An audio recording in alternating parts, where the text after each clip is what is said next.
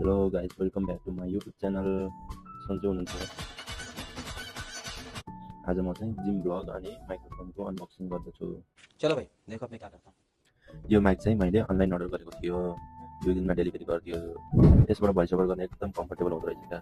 200 रुपए दे और 50 रुपए काट ओवर एक्टिंग में। के गर्नु साथीहरू, अर्काको देशमा आइसकेपछि काम पनि गर्नु पर्यो, आफ्नो स्वास्थ्यको लागि पनि ख्याल गर्नु पर्यो होइन त। अनि तपाईँहरू के गर्दै हुनुहुन्छ? म त यस्तै छ, मेरो लाइफ त दिनभरि काम गर्छु, थकै लागेको हुन्छ, तर पनि जिमको लागि टाइम निकाल्छु। साँझ 9-10 बजीतिर चाहिँ म जिम निस्किन्छु।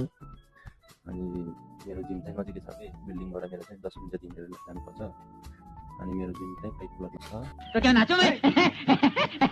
आज त कस्तो भिड के जिममा पनि, अनि सधैँभरि यस्तो भिड हुँदैन, खै आज चाहिँ कस्तो भिड थियो।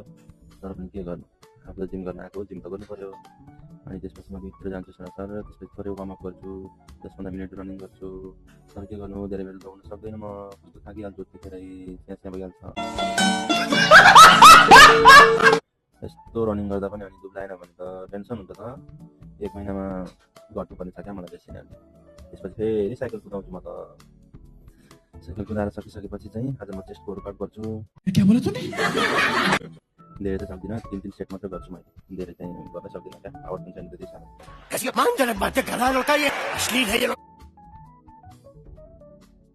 देखा आपने लापरवाही का नतीजा है। त्यसपछि म ब्याक वर्कआउट गर्छु, अनि त्यसपछि फेरि डम्बल उचाल्न जान्छु 81 मात्र। फेरि बाइसेप्सको हल्का एक्सर्साइज गरिसकेपछि फेरि म 5 किलोको डग उचाल्न जान्छु। डग भन्छ के भन्छ? अरे बहुत मनुष्य लग रहे हो, मत करो, रहने दो। आज त म धेरै टाइम लगाएँ म जिममा। आज म जिमसित 1 घन्टा 1.5 घन्टा मात्र हो जिम गर्ने मान्छे। आज चाहिँ मेरो वेट नहेर्नु ल।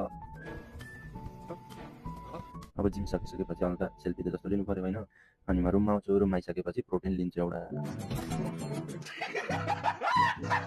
प्रोटिन खाइसकेपछि चाहिँ म अब मार्केट जानको लागि रेडी हुन्छु। मार्केट पनि नजिकै छ मेरो बिल्डिङदेखि, 10-15 मिनट लाग्छ। अनि मार्केट गयो, गइसकेपछि अनि के गर्नु, प्रोटिन त लिनु पऱ्यो, खाइदिनु मन त। अब डिनरको लागि चाहिँ के सामान लिनको लागि म मार्केट गएँ।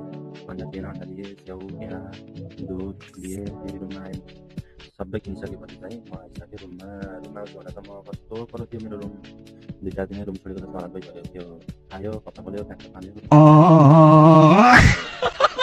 यो चाहिँ रुम क्लिन गरिसकेपछिको भिडियो कस्तो लाग्यो? रुम क्लिन गरिसकेपछि म नुहाउन जान्छु। नुहाइसकेपछि फेरि अब सेल्फी टर्न दिनु पर्यो। यो चाहिँ मेरो साँझको डिनर। अच्छा, हमको सिखा दिया है। फेरि मैले खाना सुरु गरेँ, गम कि गम खानुपर्छ है, यतिको चाहिँ खानुपर्छ। यतिको खाइसकेपछि चाहिँ यस्तो जाबड डमलहरू कौन है ये लोग? कहाँ से आते हैं?